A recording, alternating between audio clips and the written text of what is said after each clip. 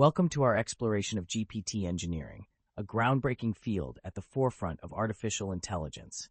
Today, we delve into the intricacies of generative pre-trained transformers, or GPT, brought to life by OpenAI and accessible through GitHub. This video is designed to uncover the mechanisms, applications, and extraordinary potential of GPT models. Join us as we navigate through this innovative landscape where advanced algorithms meet real-world solutions, transforming how we interact with technology and shaping the future of AI. This is a step-by-step guide. I will tell you exactly how each function does and what it does. So let's get started. See the written guide in the description. This code is a function called check_language that takes in a dictionary as a parameter and returns nothing none. The dictionary is expected to have a key called language.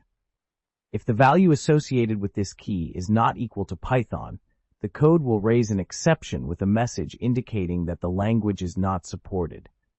This function essentially checks if the language specified in the dictionary is Python and throws an error if it is not. This could be used to ensure that only Python code is evaluated or processed by the rest of the code.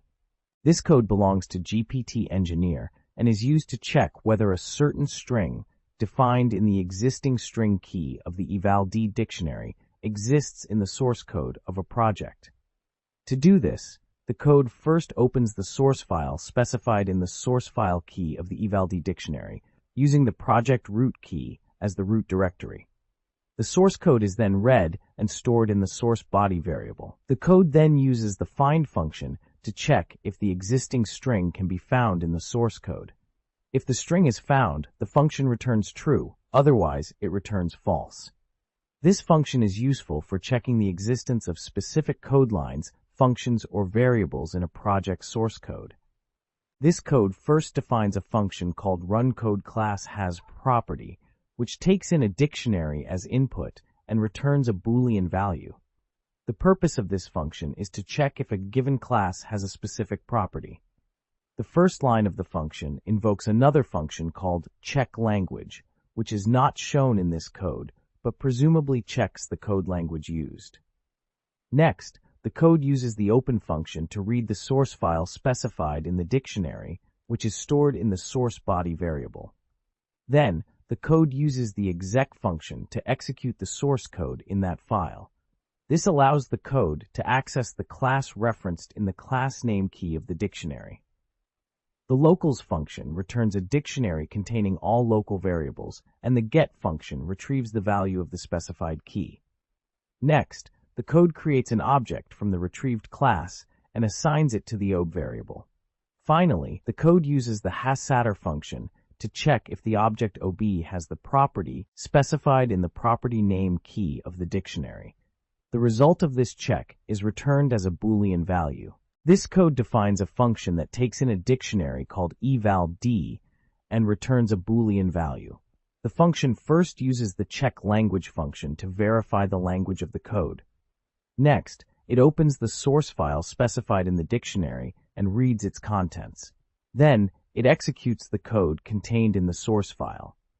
Afterwards, it uses the locals function to get a reference to the class specified in the dictionary. An instance of this class is then created and stored in the variable ob.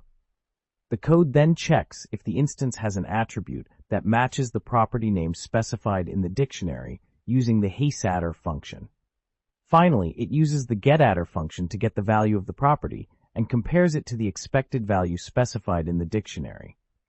If they match, the function returns true, otherwise it returns false.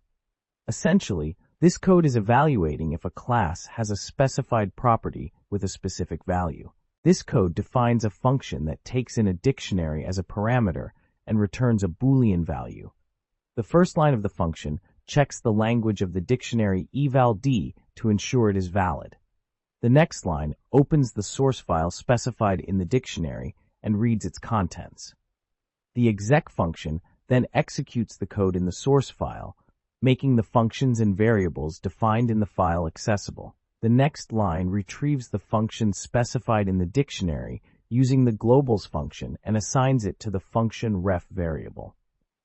Finally, the function returns a comparison between the result of executing the referenced function and the expected value provided in the dictionary. This code essentially runs and evaluates the code in the specified source file and compares the result to an expected value. This code starts by defining a function called runscorn_executable that takes in a dictionary as a parameter and returns a subprocess, Popen object. Next, it sets a variable code dir to be equal to the project root key in the dictionary, appended with /workspace. It then sets another variable, process_args, to be equal to the executable name key in the dictionary and splits it into a list of separate arguments by using the split method. This is then repeated with the executable arguments key and adds these arguments to the process_args list. Next, the code uses the subprocess module to start a new process, passing in the process_args list, setting the buffer size to 0, and setting the current working directory to the absolute path of the code dir variable. The standard output of this process is then redirected to a pipe for further processing. Once the process is complete, the code uses the process.wait method to wait for the process to finish before returning the subprocess object. This code defines a function called checkExecutable_exits_normally that takes in a dictionary called eval_d as input and returns a Boolean value. The function creates a variable called process, which stores the result of running an executable file with the dictionary eval_d as the argument.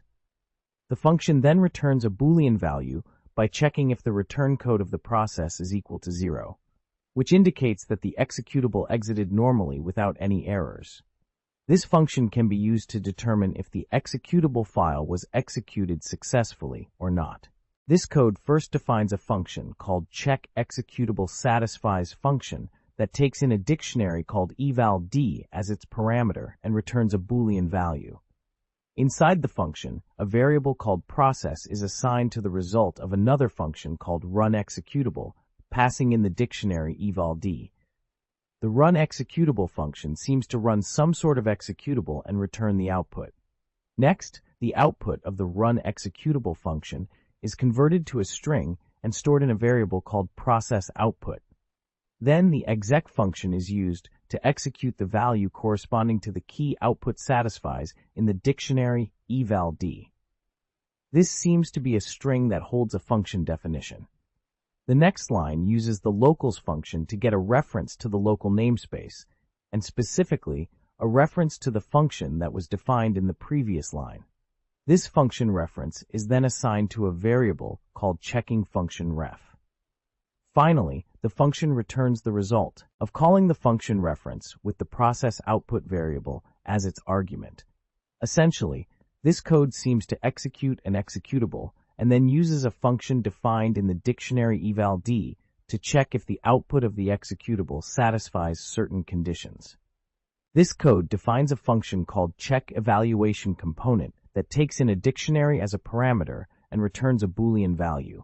It first gets the value of the key type from the input dictionary and assigns it to a variable called testType.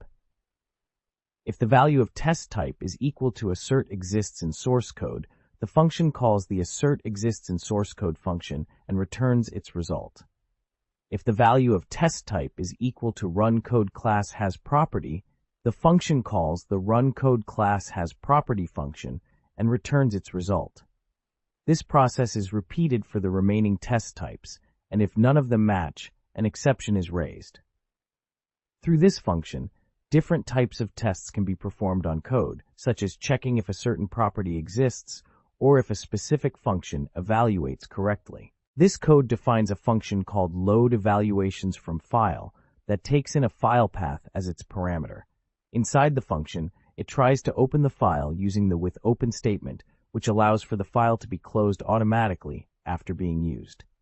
The YAML.safe_load function is used to read and load the data from the file. If the specified key, eval list name, is found in the data, the function returns that specific data. If the key is not found, it prints a message stating that the key was not found. If the file is not found, a file not found error is raised, and a message is printed stating that the file was not found. This function essentially allows for the data from the specified file to be loaded and returned, if possible, for further use in the code. This code defines a function called toEmoji that takes in a Boolean value as an input and returns a string. The function checks if the input value is true or false, and based on that, it returns a checkmark emoji if the value is true or a cross emoji if the value is false. This indicates the success or failure of a certain action. The function is useful for visually displaying the status of a task or an operation. This function takes in 3 parameters: a list of dictionaries containing evaluation information, a list of lists containing test results, and a string specifying the path to the report file. It then creates an empty list to store the output lines for the report. The current date is retrieved using the datetime module and added to the output lines.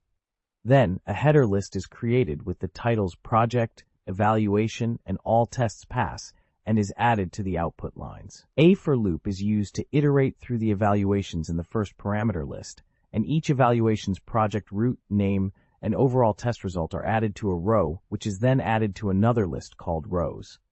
This creates a summary table of all the evaluations and their respective test results using the tabulate module. This table is then printed and added to the output lines.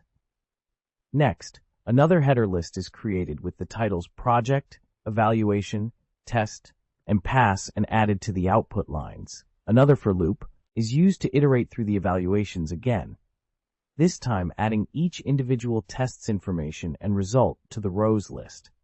This creates a detailed table of all the individual tests and their results using the tabulate module. This table is then printed and added to the output lines. Finally, the output lines are written to the report file specified in the third parameter using the open and write lines methods. The result is a detailed report of all evaluations and their respective test results, including both a summary and detailed table. This code is a function called singleEvaluate that takes in a dictionary called eval_ob and returns a list of booleans. The function first uses the dictionary to print out the name of the evaluation being run. It then creates a file repository object using the project root key from the dictionary. It also creates an empty string called file_list_string and a path object called codebase_abs using the current working directory and the project root key from the dictionary. Next, the code parses a text file called code_blob using the parseChat function, which returns a list of tuples containing file names and contents. The code then loops through each tuple, creating an absolute path using the codebase_abs and file name, and adds the file and its content to the file repository object. The file path is also added to the file list string. Finally, the file list string and a prompt message from the dictionary are added to the file repository. After this, the code modifies the code for the project root using the improve code prompt from the dictionary. The steps taken for this are logged in a text file called log.txt.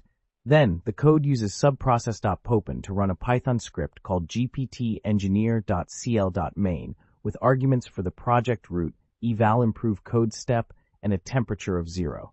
This process is then waited upon before proceeding.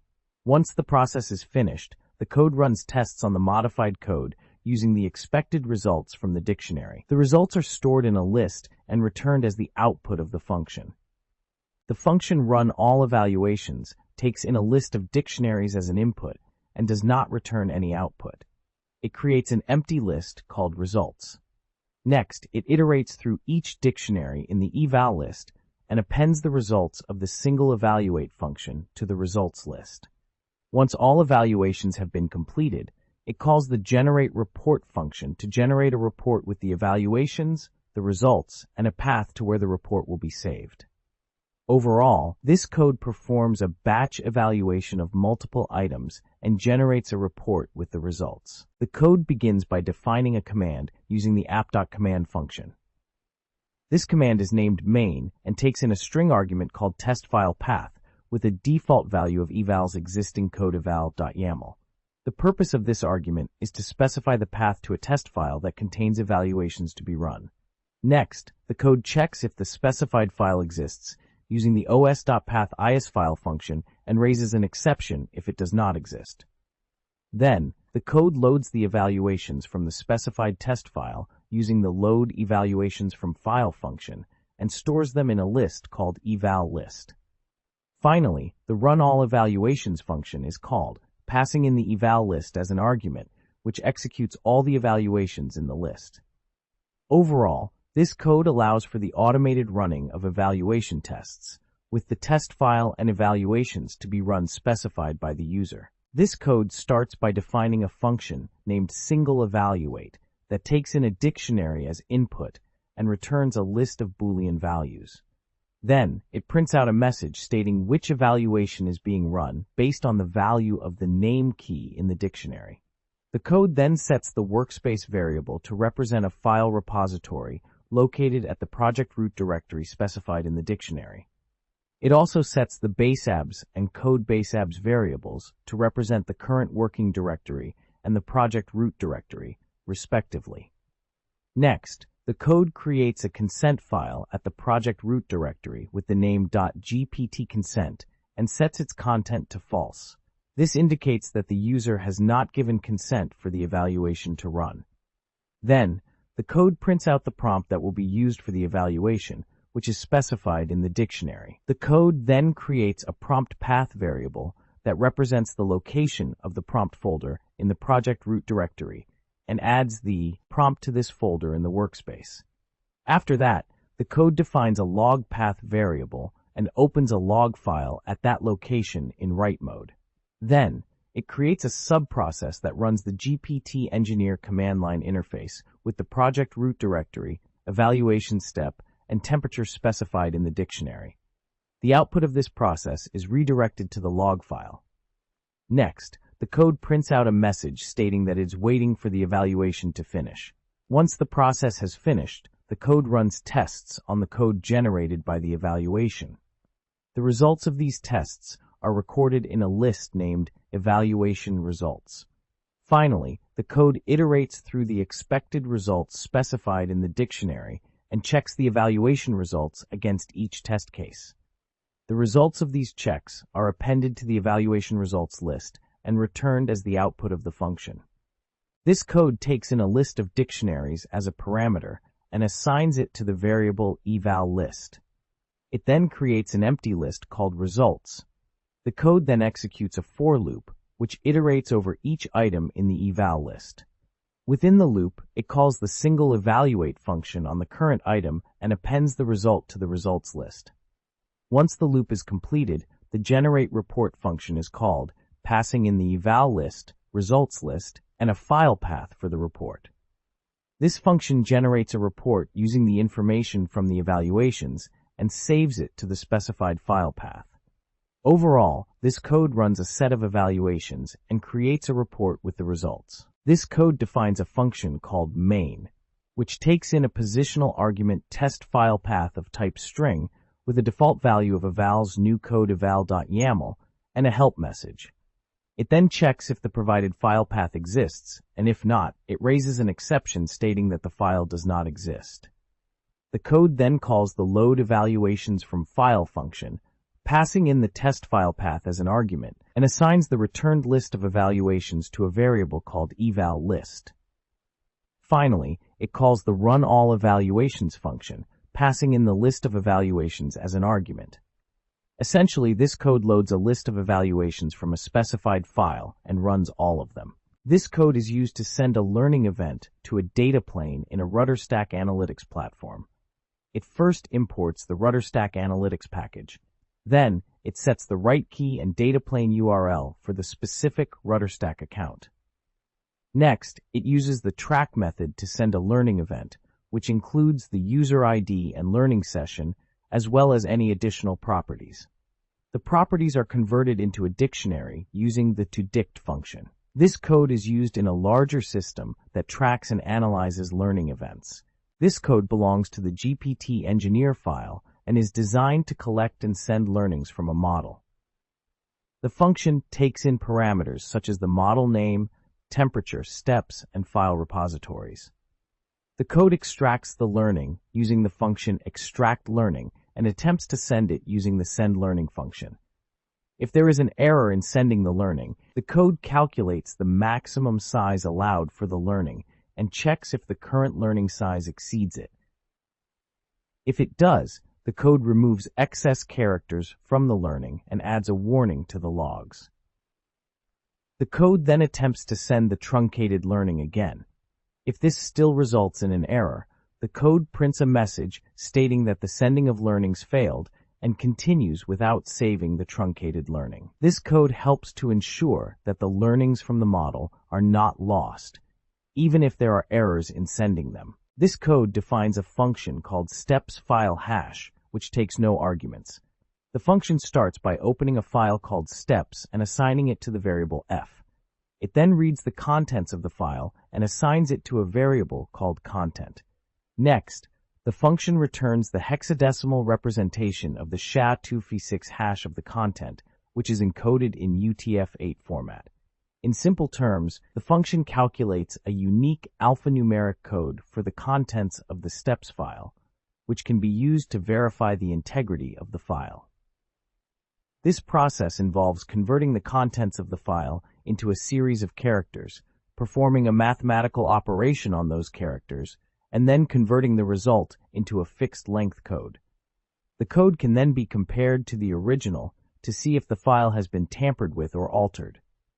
Overall, this code provides a secure way to ensure the authenticity and validity of the steps file. This code defines a class called displayablePath with certain properties and functions.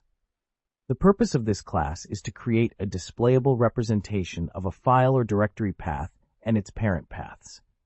The class takes in a path either as a string or as a path object and its parent path, and a Boolean value indicating if it is the last item in the path. If the parent path is not given, it sets the depth to 0, and if it is given, it calculates the depth by adding 1 to the parent's depth. The displayName function returns the name of the path and adds a slash if it is a directory. The makeTree function is a class method that takes in a root path and a parent object and returns a generator which creates a displayable path for each child path of the root. It also checks for certain criteria specified by the user or by default and ignores certain folders. If a child path is a directory, the function recursively calls itself to create displayable paths for its children. The displayable function is another class method that creates a string representation of the path and its parent paths by using the previously defined prefixes and joining them together in reverse order. Overall, this code essentially creates a tree-like structure of displayable paths for a given root path and its children, taking into account certain criteria and ignoring certain folders. It provides a convenient and organized way to display paths and their relationships. This code creates a class called terminalFileSelector that takes in a root folder path as a parameter. The code initializes several variables, including the number of selectable items, a dictionary of selectable file paths, and a list of file paths. It then uses a method called display to iterate through all the paths in the root folder and print them on the screen. The user is prompted to select files by entering numbers separated by commas or specifying a range with a dash. The code uses a regular expression to check for valid user input and then adds the selected paths to a list. The class also has an askForSelection method that takes user input and returns a list of selected paths. Overall, this code allows users to select files from a root folder using the terminal and stores their selection for further use. This code checks if a given path is in a hidden directory or a cache directory.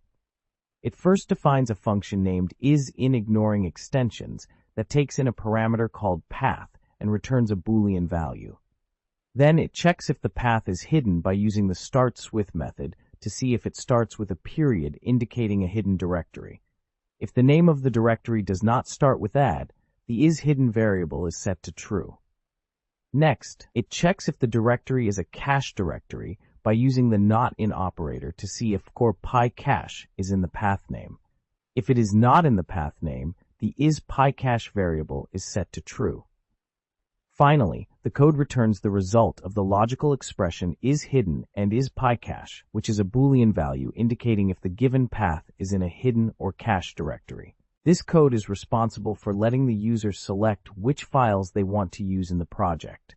It first checks if there is a previously saved file list in the metadata file repository, and if there is, it gives the option to use it or select new files. If there is a saved file list, a string is created to let the user know they can use it as an option. Otherwise, the code will only have one selection option. Next, the code prompts the user to select their desired option either through a file explorer or command line. If the user inputs a valid option, the code will save the list of file paths in the metadata file repository. There are some checks in place to ensure the user selects a valid option, and if they do not, the code will exit. Otherwise, the selected file paths will be stored in the metadata file repository to be used for the project. This code first defines a function named GuyFileSelector that takes in a single parameter input path, which is expected to be a string.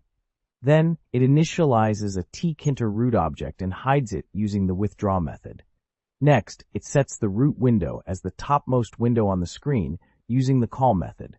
Finally, it creates and returns a list of file names using the askOpenFileNames function, which is opened in the root window and allows the user to select multiple files from the specified input path directory. These files are then listed in the returned list. Overall, this code allows the user to easily select and return multiple file names from a specific directory using a GUI interface. This code creates a function that takes in a file path as an input and returns a list of selected files. It first creates a variable called FileSelector, which is initialized with the terminal FileSelector class, passing in the input path as an argument. This class likely contains methods that allow the user to navigate and select files using a terminal interface. Then, the display method is called on the FileSelector object, which displays the files in the specified path for the user to choose from.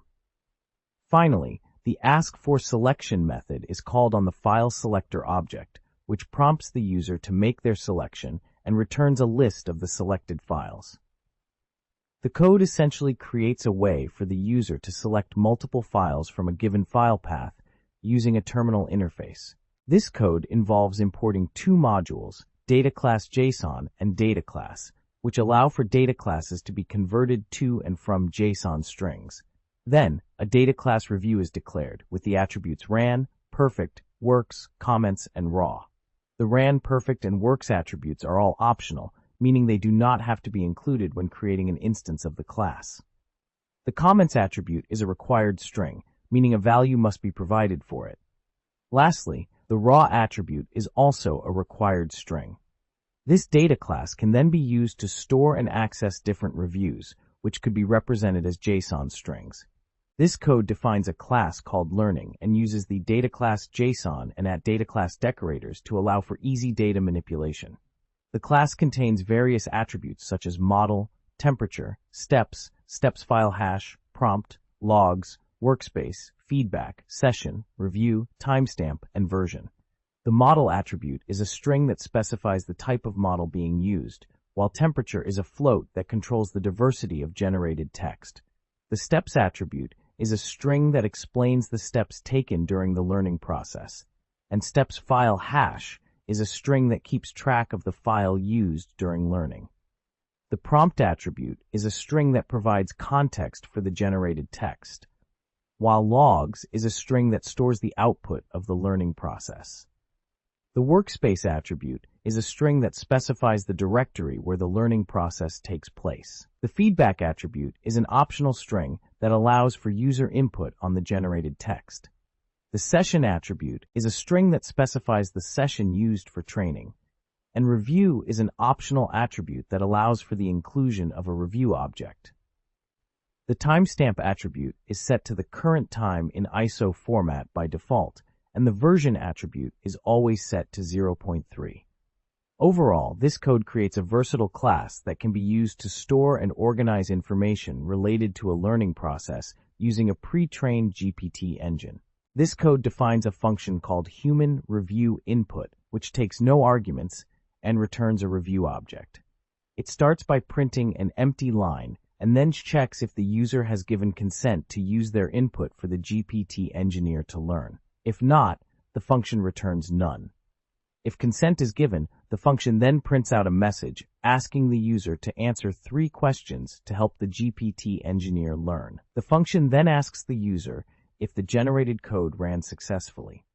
The function will keep asking until a valid input y, n, or u is given. If the answer is y yes, the function will then ask if the generated code did everything the user wanted, and will keep asking until a valid input is given. If the answer is not y, the function will then ask if the generated code did anything useful, and will keep asking until a valid input is given. The function then prompts the user for any additional comments if the code did not perform perfectly. Finally, the function returns a review object with the user's responses. This code belongs to a function named checkCollectionConsent, which checks for user consent for data collection. It first creates a path to a file named .gptConsent and checks if it exists. If the file exists and its content is set to true, then the function returns true, indicating that the user has consented. If the file does not exist or its content is not set to true, the function calls another function named askCollectionConsent to prompt the user for consent. The function then returns the value returned by the askCollectionConsent function, which will either be true if the user consents or false if the user does not consent. This code ensures that data is only collected from users who have explicitly given their consent. This code asks the user for their consent to store their prompts in order to improve GPT Engineer. It does this by using the input function to ask the user if it is okay to store their prompts. If the user enters y or n, the function will return a Boolean value of true or false, respectively. However, if the user enters anything other than y or n, the function will continue to prompt the user for a valid input until they enter either y or n. If the user consents, the code will create a new file called .gptescoreconsent and write the value true to it using the path function. It will then print a message thanking the user for their consent and reminding them that they can delete the file if they no longer wish to participate in data collection. If the user does not consent, the code will print a message assuring them that their prompts will not be collected. This code takes in a list of step objects and a file repository object as parameters. It then initializes an empty list named chunks. It then iterates through each step in the given list of steps. For each step, it appends a formatted string containing the step's name to the chunks list. It then appends the value associated with the step's name in the given logs object to the chunks list. Finally, it joins all the elements in the chunks list with a newline character and returns the resulting string. Essentially, this code takes the logs related to each step and combines them into a single string with the associated step name as a separator. This code is for extracting learning information from a given model, temperature, and a list of steps. The function takes in 4 parameters: the model name, temperature, a list of steps, and some file repositories. The function also expects a file hash for the list of steps. First, the function checks if there is any existing review in the file repositories. If there is a review, it is extracted and converted into a review object. Next, the function creates a learning object with the given parameters. The prompt, model, temperature, and steps are stored in the learning object. The steps parameter is converted into a JSON string. The feedback, session, logs, workspace, and review are also added to the learning object. Finally, the created learning object is returned. This code essentially takes in some input parameters and creates a learning object with all the necessary information for further processing. This code creates a function called getSession that returns a string. The function first creates a path object that points to a directory where temporary files can be stored. Then it checks if a specific file, named GPT engineer user.txt, exists in that directory. If the file exists, the function reads the contents of the file and assigns it to a variable called user ID. If the file doesn't exist, The function generates a random number between 0 and 232, converts it to a string, and assigns it to the user ID variable. Then, the function writes the value of user ID to the file. Finally, the function returns the value of user ID as a string. If there is an I/O error during this process, the function returns a string that starts with ephemeral followed by a random number between 0 and 232.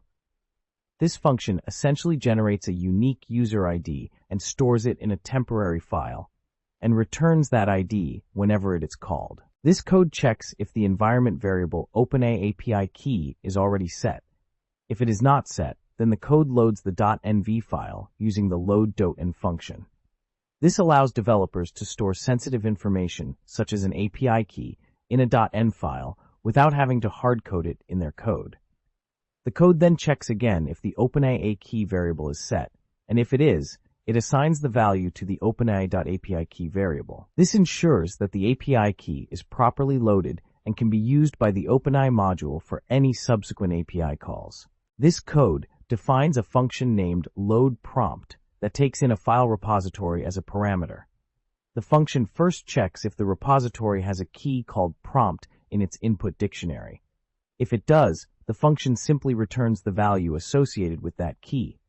However, if the key is not present, the function prompts the user for input and stores the entered value under the prompt key in the repository's input dictionary. Finally, the function returns the value associated with the prompt key in the input dictionary. Essentially, this code is responsible for loading and storing a prompt used for generating an application within the file repository. This code is a function that takes in a Boolean value and a path as input parameters. The first step is to check if the Boolean value is true or false. If it is false, the function returns the path of a directory called preprompts. This directory is located in the parent directory of the directory where this code is located. If the Boolean value is true, the function checks if the path provided as input exists. If it does not exist, it creates the directory and then proceeds to copy all the files from the original preprompts directory into the new directory. Finally, the function returns the path of the new custom preprompts directory. In summary, this code is meant to handle the creation and copying of files into a custom preprompts directory if needed. This code is a command line tool written using the typer package. It takes in various arguments and options, including the project path, model ID, temperature, and different types of steps configurations. The code first sets up the logging level based on the provided verbose option. Then, it checks for light mode and prints an error if the user tries to use both light mode and improve mode together. Next, it sets up the steps configuration based on the selected option or defaults to light if in light mode. The code then loads any necessary environment variables and creates an AI object using the provided model name, temperature, and Azure endpoint. Next, it sets up the necessary paths and repositories for the files used in the tool. If the steps configuration is not one of the predefined options, the code archives the file repositories and loads the prompt. The code then iterates through the selected steps, runs each one with the AI object and file repositories, and saves the messages and token usage log from each step. Finally, if the user has given consent, the code collects any learnings from the run and saves the token usage log. This code creates a class called AI, which represents an artificial intelligence chatbot. The chatbot can be initialized with a specific model default as GPT-4. Temperature controls the randomness of the chatbot's responses, and an Azure endpoint used for cloud deployment. The chatbot also has a log of token usage and can start and continue conversations by sending and receiving messages. It uses a backoff function to retry the inference process in case of a rate limit error. The code also includes functions for serializing and deserializing messages in JSON format. Lastly, the code checks for model availability and falls back to a different model if necessary. Depending on the deployment type, the code creates either an Azure Chat OpenAI or Chat OpenAI instance for interacting with the specified model. This code defines a function called serialize messages, which takes in an argument called messages of type list, specifically list message. The function then returns a string by calling the method serializeMessages from module AI, which serializes the messages passed into the function. This means that the function takes in a list of message objects and converts them into a string format, potentially for easier storage or transmission. The code also includes a type hint that the function will return a string. Overall, this code allows for easy serialization of message objects using a specified AI module. This code is a function called parseChat, which takes in a variable called chat and returns a list of tuples. It first defines a regular expression called regex, which is used to match patterns in the chat variable. The matches variable uses the re.findIter function to find all the matches for the defined regular expression in the chat variable. Then, a files list is created to store the matched data. The code loops through all the matches found and uses regex to modify the path variable, removing any special characters that are not allowed in file names. It then gets the code portion of the match and appends it to the files list along with its corresponding path. Finally, the code splits the chat variable to separate the code from the rest of the chat and adds the rest of the chat as a tuple with the path name readme.md to the files list. The list is then returned as the final output of the function. This code takes in a string and a file repository as inputs. Then, it sets the value of all output.txt in the memory of the file repository to the input string. Finally, the code calls the function to files with the input string and the workspace of the file repository as arguments. Essentially, this code stores the input string in both the memory and a file within the workspace of the file repository. The code starts by defining a function named toFiles, which takes in two parameters, chat, which is a string, and workspace, which is a file repository. The purpose of this function is to convert a chat transcript into individual files and save them to a given workspace. Next, the code calls the parseChat function, which takes in the chat string and returns a list of tuples containing the file name and content for each file. This is achieved by splitting the chat string at certain characters or keywords that indicate the start or end of a file. The for loop then iterates through each tuple in the list of files, extracting the file name and content and storing them in the workspace using the operator. This essentially saves each file to the workspace with the file name as the key and the file content as the value.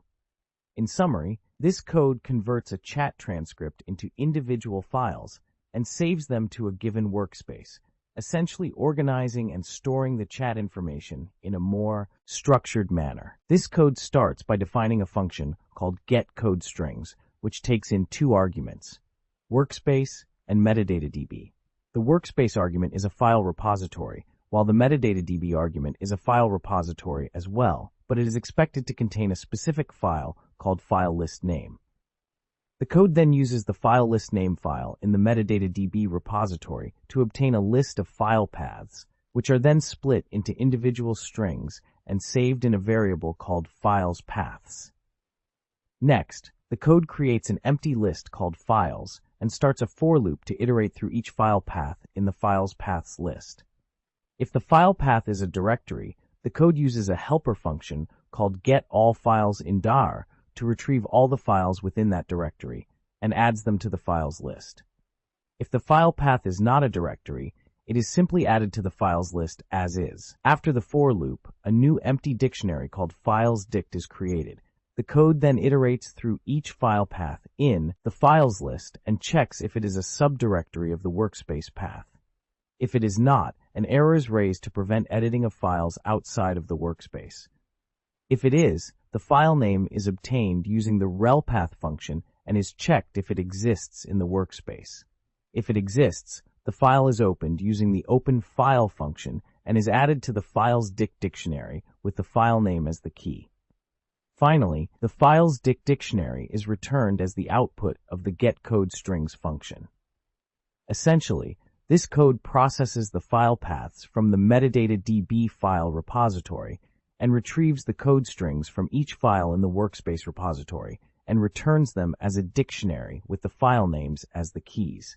This code defines a function called formatFileToInput that takes two parameters, a file name as a string, and file content also as a string, and returns a string. Inside the function, a new string is created using the fstring method, which allows the use of variables within a string.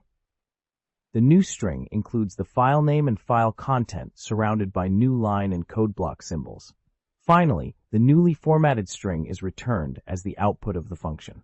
This code is used to format a file and its content into a specific structure for later use. This code takes in a string chat and a file repository DBS as parameters.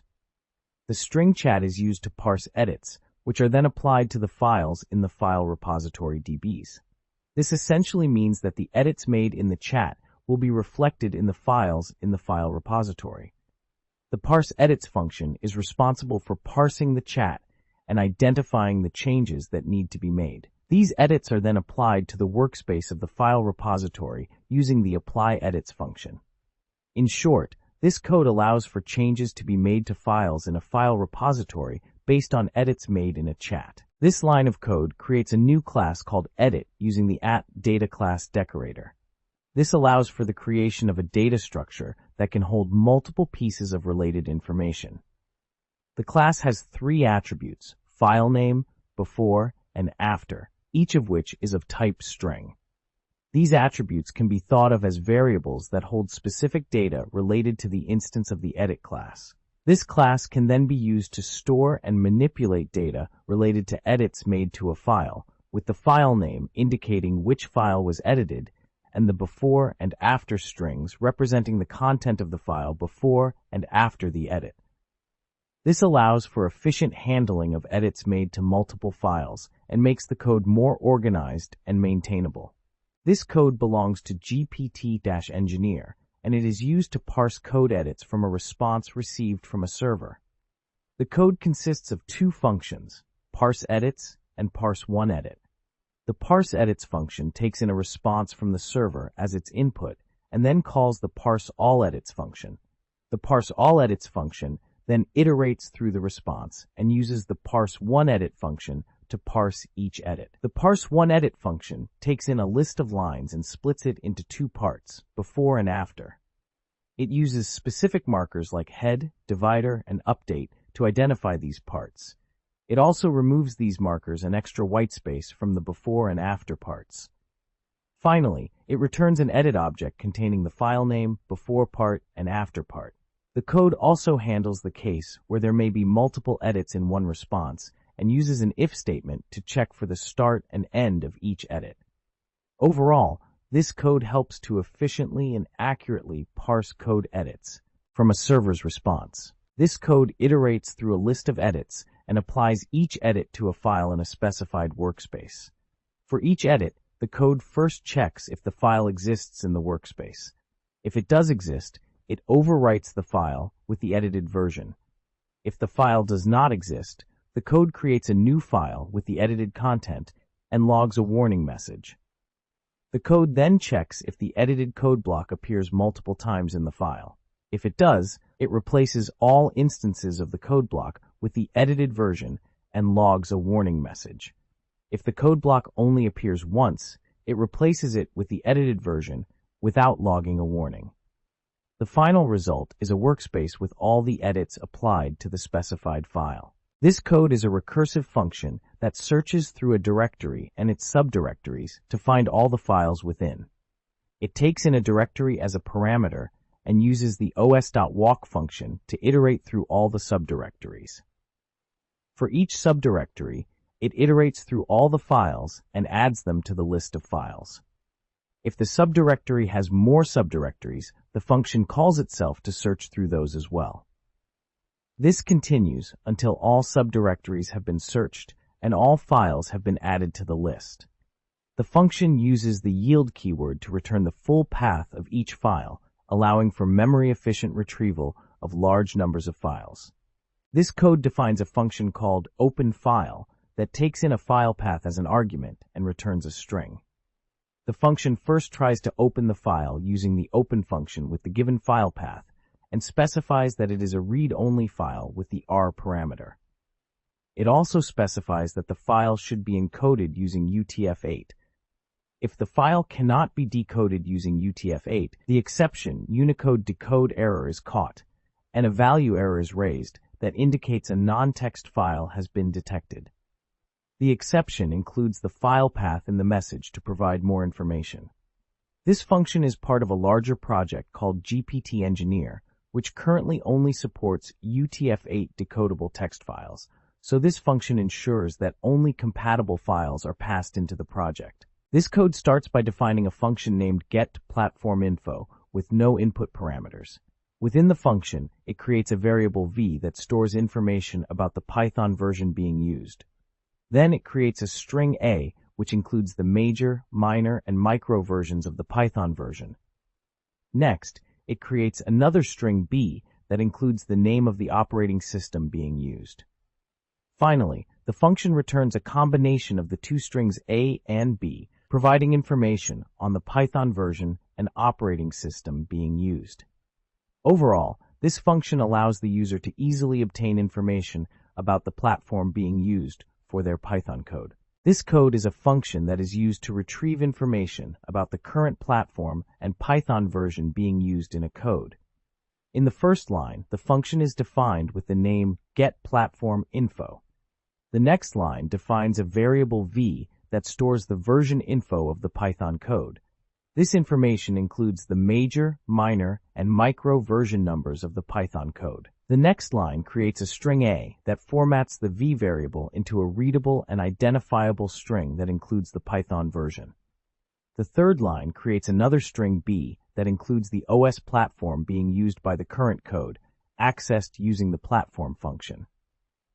Finally, the function returns the combination of strings a and b separated by a line break, providing information about the Python version and the OS platform being used.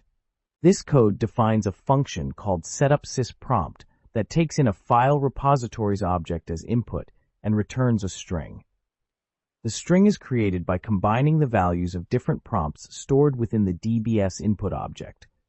The prompts are accessed using their respective keys, such as roadmap, generate, file format, and philosophy.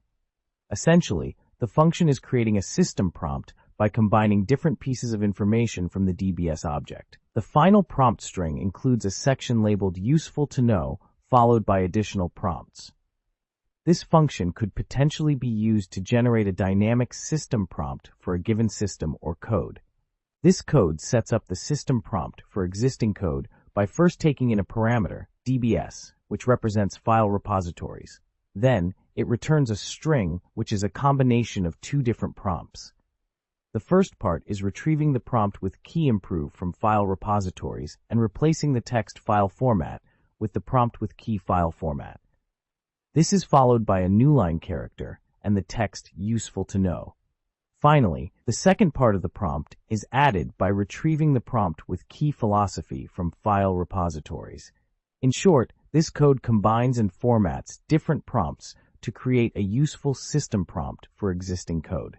This code defines a function named curfn, which uses the built-in inspect library to retrieve information about the current call stack, the sequence of functions and code that led to the current function. The function then uses the index of 1 to access the previous stack frame. The function that called curfn and returns the name of that function as a string. Essentially, this code allows the user to dynamically retrieve the name of the function that called curfn within their code. This code starts by defining a function called lightgen with two parameters, AI and DBS. The AI parameter represents an artificial intelligence engine, while the DBS parameter represents a file repository. The mice list message part indicates that the function will return a list of message objects. Next, the code calls the start function of the AI engine, passing in the prompt from the input file and the file format from the preprompts file. It also includes an additional argument step name that calls the curfn function, which likely returns the name of the current function. The start function returns a list of message objects, and the code then uses indexing to select the last message in the list, denoted by -1. It then strips any whitespace from the content of that message and passes it along with the DBS parameter to the toFiles and memory function. Finally, the lightGen function returns the list of message objects. This code appears to be part of a larger code that uses an artificial intelligence engine and a file repository to generate messages and store them in both files and memory. This code begins by defining a function called simpleGen that takes in two parameters, an AI object and a file repository object named DBS. The function then starts by calling the start method from the AI object, with three parameters passed in: the setup_sysprompt function, the input prompt from the file repository, and the current step name from the AI object. The start method returns a list of messages that is assigned to the variable messages. The final element in the messages list is then stripped of any white space and passed into the two files and memory function along with the file repository object. Lastly, the messages list is returned from the function. In summary, this code uses an AI engine to generate a list of messages based on a prompt given from a file repository, and then saves the final message content to a file and/or memory. This code defines a function called clarify that takes in an AI and a file repository as parameters and returns a list of messages. The function starts by creating an empty list of messages. Then it sets the first message in the list to be a system message, which is retrieved from the file repository's pre-prompt section. Next, it sets a user input variable to be the value from the file repository's input section under the key prompt. Then, a while loop is initiated, which will continue as long as the condition is true. Inside the loop, the AI's next method is called with the list of messages, the user input, and the current function's name. This step is repeated until the last message in the list is retrieved and its content is stripped. If the message contains the phrase "nothing to clarify," the loop is broken and the function ends. Otherwise, if the message starts with "no," the message "nothing to clarify" is printed and the loop is broken. If the user input is empty or equals to C, code will print, letting GPT engineer make its own assumptions and call the AI's next method with the list of messages and a predefined message. This step is repeated until the end of the function is reached and the list of messages is returned. The last part of the code adds a user input variable to a predefined question and then returns the list of messages. The function essentially serves to clarify any unclear information for the AI through user input and returns the updated list of messages. This code takes in two arguments, an AI object and a file repositories object, and returns a list of dictionaries. The function first assigns a variable messages by deserializing the logs from the databases using the deserializeMessages function of the AI object. Then, a system message is created with the content being set up based on the system prompt from the file repositories object. This newly created system message is added to the beginning of the messages list, and the first message is removed. Next, the next function of the AI object is called, passing in the messages list, the prompts for generating and formatting files from the file repositories object, and the name of the current function. The resulting output of this function is then passed into the two files and memory function, along with the stripped content of the last message in the messages list from the previous step. Finally, the messages list is returned as the output of the function. This code first defines a function called executeEntryPoint that takes in two parameters, AI and DBS. These parameters are of type AI and file repositories, respectively. Next, the function creates a variable called command, which stores the value of run.sh in the workspace folder of the DBS variable. Next, the code prints some messages asking the user if they want to execute the code, along with the command that was stored earlier. If the user enters any input other than Y or yes, the code will print a message stating that it will not execute the code and will return an empty list. If the user enters Y or yes, the code will proceed to execute the code by printing a message indicating that it is executing the code.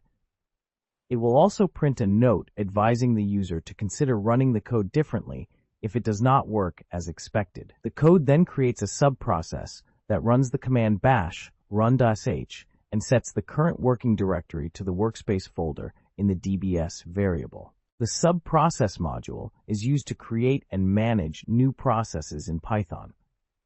A try statement is used to handle any possible errors that may occur while executing the code. This is important because the code may take some time to run and may encounter an error during this time. If the user presses Ctrl+C on their keyboard while the code is running, the accept statement will be executed, which will print a message indicating that the execution is being stopped and will terminate the subprocess. Finally, an empty list will be returned. In summary, this code is designed to execute a specific command stored in the run.sh file in the workspace folder of the DBS variable. It allows the user to decide whether or not they want to execute the code and provides some warning and error handling to ensure a smooth execution. This code is used to generate an entry point for an AI, which will be used to gather information about a codebase that is currently on disk in the current folder.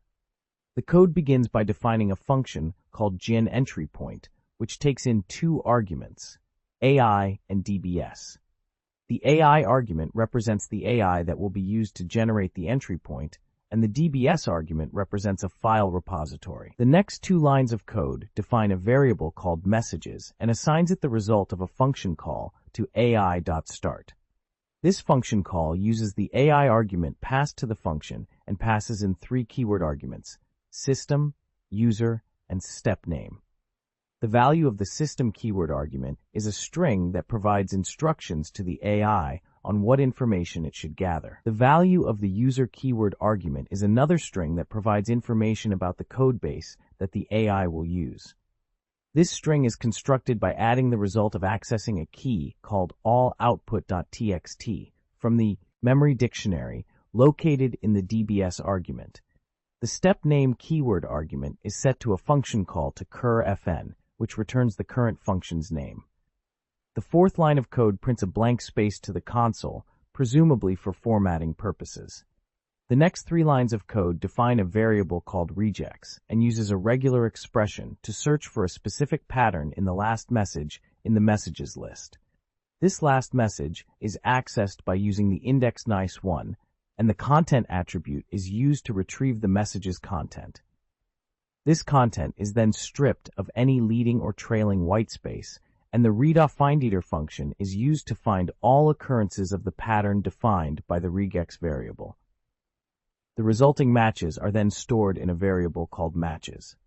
These matches are then iterated upon using a for loop that extracts a specific group from each match and concatenates them into a single string separated by new lines.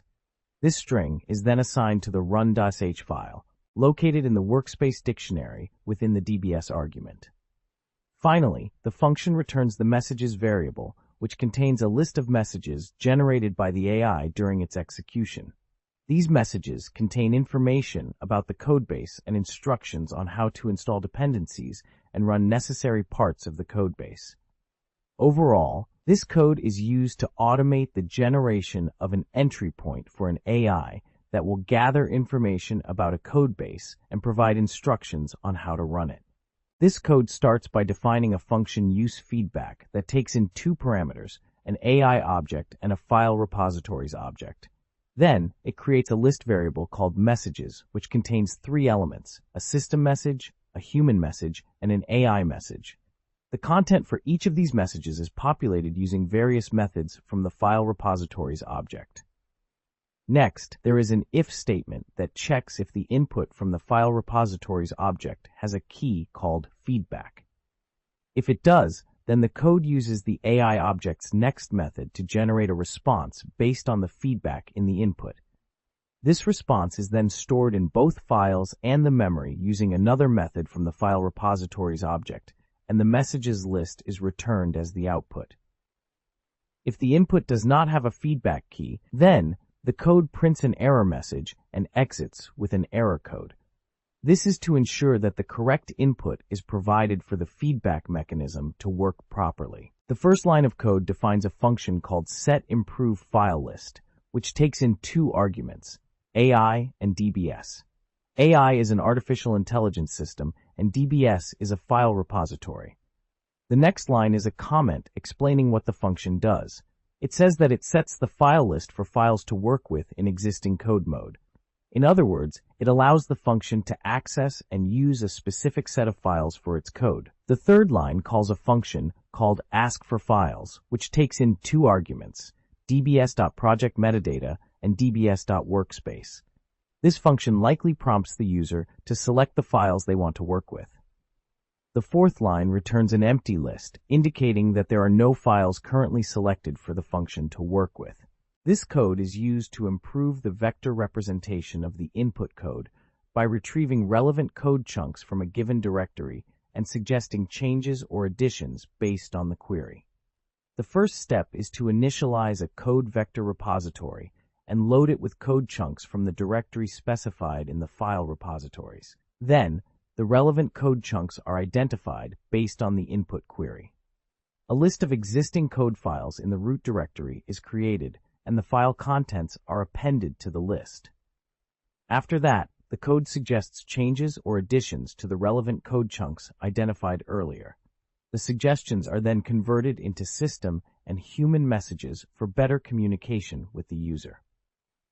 Finally, the code uses an AI model to refine the suggestions and overwrites the existing code files with the edited versions. The final result is a set of messages containing the setup prompt, the list of existing code files, the relevant code chunks, and the user's original query. It helps to improve the vector representation of the input code and provide suggestions for improvement or reference.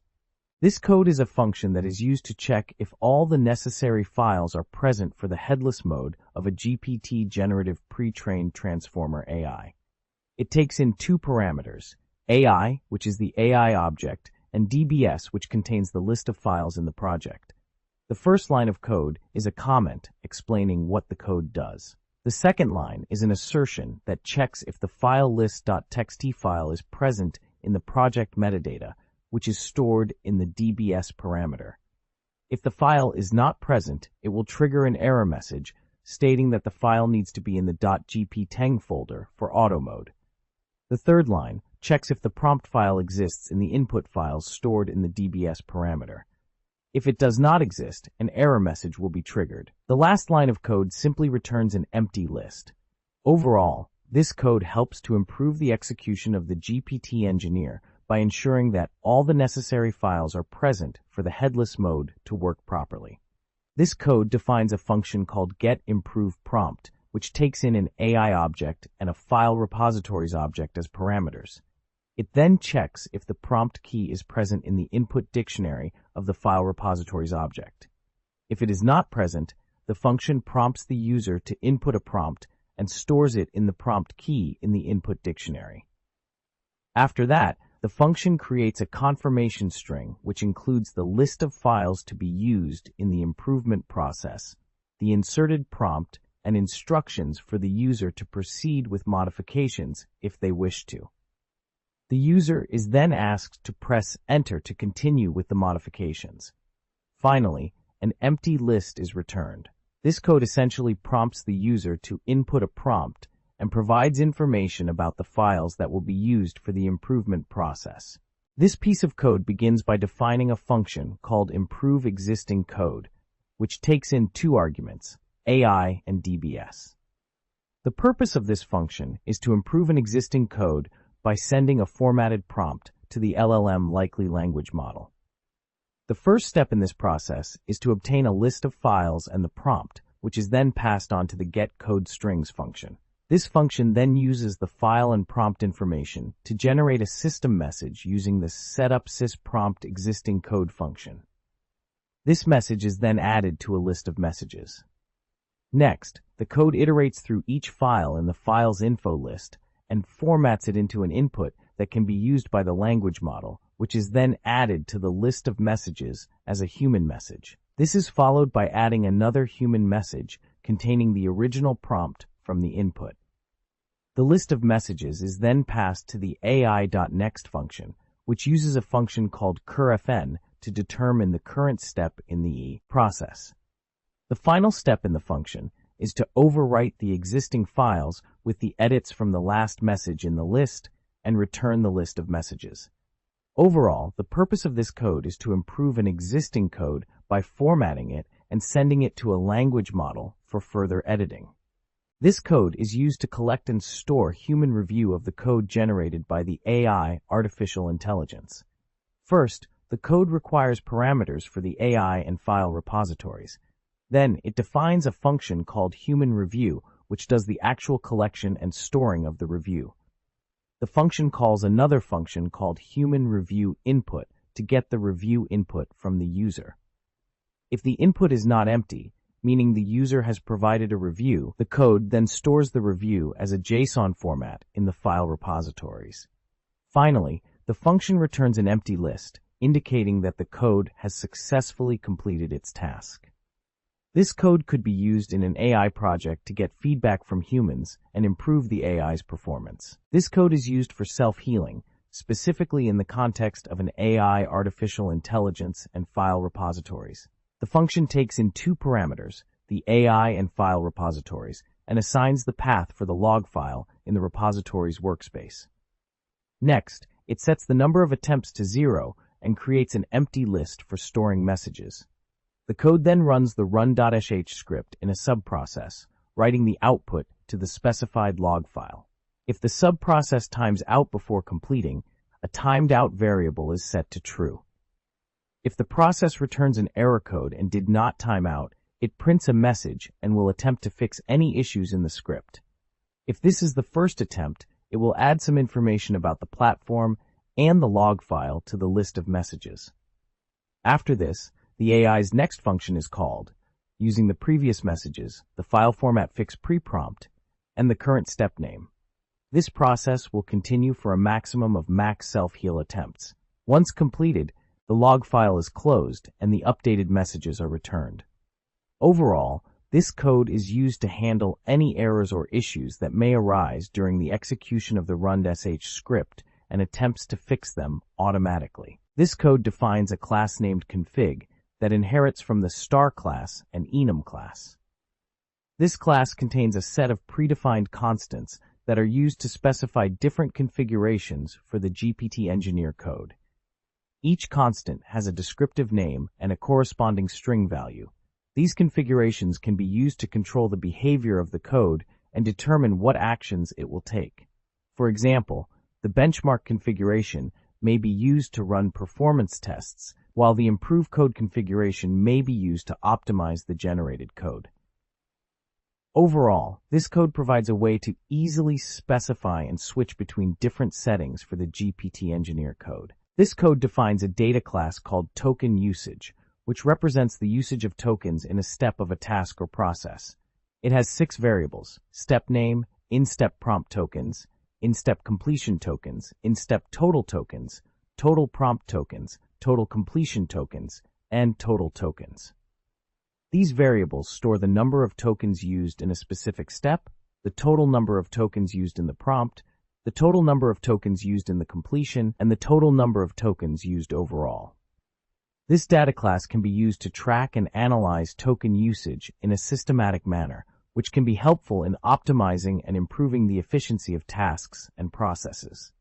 This code is creating a class called tokenizer with 2 methods, numTokens and numTokens from messages. The constructor method init takes in a parameter model name and assigns it to the class variable self.modelName. Then, depending on the model name, the code initializes the variable ticktoken using the ticktoken library. The numTokens method takes in a string txt and uses the ticktoken variable to encode it and return the length of the encoded text, which represents the number of tokens. The numTokens from messages method takes in a list of messages and iterates over each message, adding 4 for each message, 2 for each message.content, and the number of tokens obtained from the numTokens method for each message.content. The final count is returned as the total number of tokens from all the messages. This code creates a class called tokenUsageLog, which stores information about the usage of tokens for a specific model. In the initialization function, it sets the model name and initializes variables to track the number of prompt tokens, completion tokens, and total tokens used. It also creates a list to store the log information and initializes a tokenizer for the model. The update log function takes in a list of messages, an answer, and a step name, and calculates the number of prompt and completion tokens, as well as the total tokens used for this specific step. It then updates the cumulative totals and adds the new log information to the list. The log function simply returns the list of log information. The format log function formats the log information into a string for easier readability. Finally, the usage cost function calculates the cost of using tokens for this model by looping through the log list, calculating the cost for each type of token, and adding it to the total. Overall, this code provides a way to track token usage and costs for a specific model. This code creates a class called CodeVectorRepository that has attributes for storing an index, a query engine, and a retriever. It also has methods for loading documents from a directory, querying the index, and retrieving code chunks relevant to a given query. The Load Documents from Directory function uses a simple directory reader to load documents from a given directory, excluding any files with the specified glob pattern. The Load from Directory method uses Document Chunker to format the loaded documents and then creates an index from them. The Query method uses the previously created index to query for documents that match the given string. The Relevant Code Chunks method uses a BM25 retriever to retrieve code chunks that are relevant to the given query string. Overall, this code is used to manage and query a vector store of code snippets. This code defines a class called CodeSplitter, which is a child class of TextSplitter. It initializes the class with several parameters, such as the code language, the number of lines to be chunked, the amount of overlap between chunks, and the maximum number of characters per chunk. This class also includes a method called chunkNode, which takes in a node and a string of text and splits the text into smaller chunks based on the maximum number of characters per chunk. This method recursively goes through the node's children, splitting the text into smaller chunks until it meets the maximum number of characters per chunk.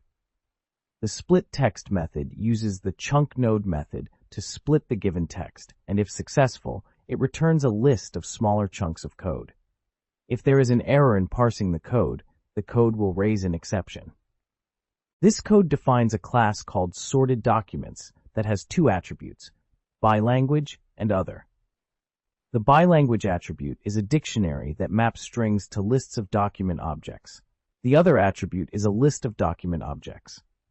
This class is created using the nameTuple class, which allows for easy access to the attributes using dot notation.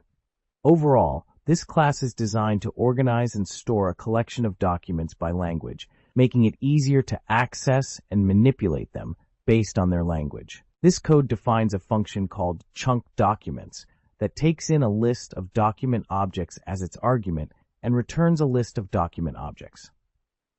The function first creates an empty list called chunkDocuments and sorts the given list of documents by code language or other criteria using a helper function called sortDocuments by code language or other.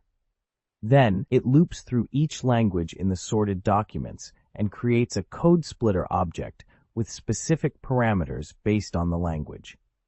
This code splitter object then splits the documents into smaller chunks with a maximum of 40 lines per chunk and 15 lines of overlap between each chunk.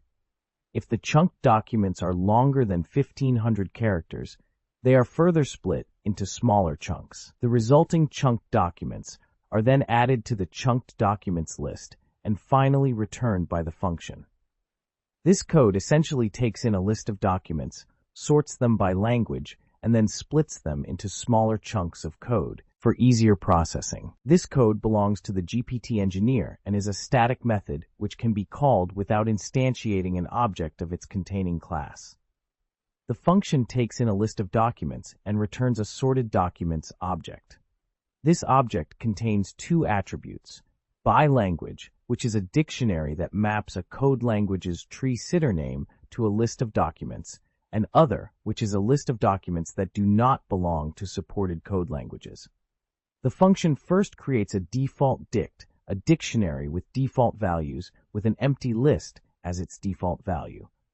It also creates an empty list called Other Docs. These will be used to store the documents that belong to supported code languages and those that don't, respectively. Next, the function iterates through each document in the input list. For each document, it retrieves the file name and extracts the file extension. Then, it sets a Boolean variable, language found, to false. The function then moves on to a for loop that iterates through a list of supported languages. For each supported language, it checks if the file extension of the document matches any of the extensions listed for that language. If there is a match, the document's metadata is updated to indicate that it contains code, and the language's name and tree sitter name are also added to the metadata. The document is then added to the list in the default dict under the specific tree sitter name associated with that language. The language found variable is set to true to indicate that the document belongs to a supported code language and the loop is broken. If no match is found, the document's code metadata is set to false and the document is added to the other docs list. Once all documents have been iterated through, the function returns a sorted documents object with the by language attribute containing the default dict and the other attribute containing the list of other documents. This allows the code to easily access documents based on their code language, or if they do not belong to a supported language. This code defines a class called file repository, which is used as a simple key value store. The keys are file names, and the values are file contents. The class has a constructor that takes in a path for the location of the files and creates a path object from it. It then creates a directory at the given path if it does not already exist. Additionally, the class has methods to check if a key file name is present in the store, to retrieve the value file contents associated with a key, and to set the value for a key. There is also a method to delete an item key value pair from the store. The code also includes two private methods for getting a list of supported files and getting a list of all files in the store. The supported files method uses a set of supported file extensions to filter out any non-supported files. Finally, there is a method to convert the contents of the store to a string containing a list of file paths. This method takes an optional parameter to only include supported file types if needed. Overall, this code allows for simple storage and retrieval of files based on their file names. This code creates a class called file repositories using the @data class decorator. The class has 6 attributes or properties, each representing a different file repository. These repositories include memory, logs, preprompts, input, workspace, and archive. File repository is likely a custom class used for managing and storing files. By creating this class, the code is able to easily access and manipulate these different repositories for a given project. This could be useful for a GP engineer who needs to keep track of and organize their project data in a streamlined manner. This function, called archive, takes in a specified file repository. It then creates a timestamp based on the current date and time. This timestamp is used to create a new path for the file repository within the archive. The function then excludes a specific directory named gp10 and creates a list of items to copy from the workspace path in the file repository. A for loop is then used to iterate through the items to be copied. Within the loop, a destination path is created for each item using the timestamp and item name. If the item is a file, it is copied to the destination path using the shuttle copy_to function. If the item is a directory, the entire directory is recursively copied to the destination path using the shuttle copy_tree function. Once all items have been copied, an empty list is returned. This function essentially archives a file repository by creating a new directory within the archive and copying all relevant files and directories from the workspace path to this new location, while also excluding a specific directory. This code is used to run benchmarks for a GPT engineer project. It first checks if a specific number of benchmarks has been specified. If so, it iterates through the folders in the benchmark directory and only runs the specified number of benchmarks. Otherwise, it runs all the benchmarks in the directory. For each benchmark, it checks if the folder is a valid directory before starting the benchmark. It then creates a log file for the benchmark and runs it as subprocess, passing in the benchmark folder and additional command line arguments. The subprocess is also given in the log file to write to. After all the benchmarks have been run, it prints the command for streaming the log file. Then, it waits for all the subprocesses to finish and closes the log file. It also prints the names of the finished benchmarks and their return codes. Finally, it prints the original benchmark prompt and runs the evaluation steps for each benchmark. It then generates a report for all the benchmarks. This code generates a report for a specified list of benchmarks. First, it creates a list of column headers for the report. Then, it loops through each benchmark in the list and reads a review from the benchmark's memory folder. The data from the review is then added to a table along with the benchmark's name. The table is then formatted using the tabulate function and printed to the console. The code then asks the user if they want to append the report to a results file. If the user agrees, the current date and the formatted table are added to the results file at a specific location. Overall, this code automates the process of generating a benchmark report and allows for easy organization and tracking of performance over time. This code defines a function called toEmoji that takes in a Boolean value and returns a single character string representation of an emoji. If the Boolean value passed in is true, the function returns the emoji, and if false, it returns the Famemoji. This function can be used to quickly and easily display a visual representation of a Boolean value, which could be useful in certain coding or communication contexts. This code adds a new section to an existing Markdown file. It takes in the file path, section title, section text, and level as parameters. It then reads the file and stores each line as an element in a list. A prefix for the header is created, and a new section is created using the string format method, combining the prefix, section title, and text. A variable is initialized to store the line number where the new section should be inserted. A loop iterates through the lines in the file and checks if any lines start with the header prefix. If a line is found, the line number is recorded and the loop is exited. If no line is found, a message is printed stating that the file is not in the expected format and the function is exited. If a line is found, the new section is inserted at that line number in the list of lines. Finally, the updated list of lines is written to the file, replacing the previous content. This code defines a function called askYesNo, which takes in a parameter called questionOfTypeString and returns a Boolean value.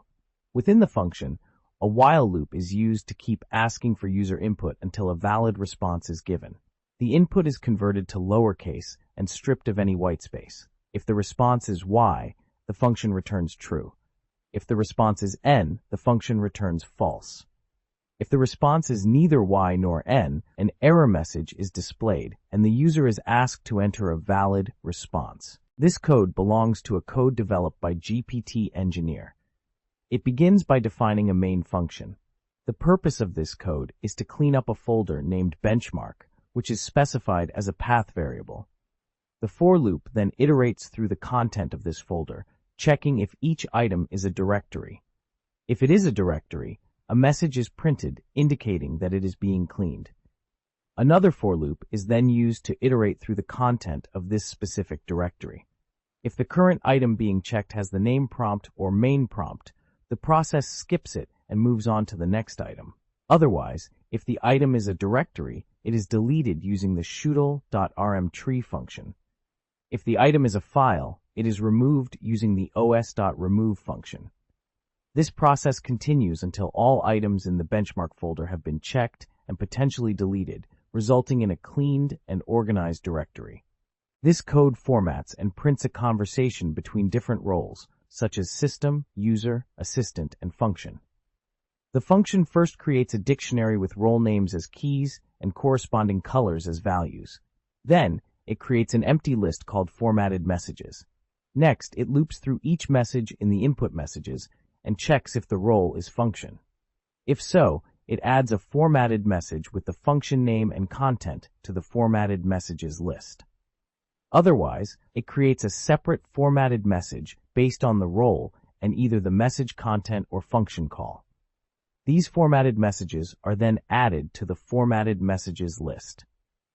Finally, the code loops through each formatted message and uses the role and color dictionaries to print the message in the corresponding color using the colored function from the term color module.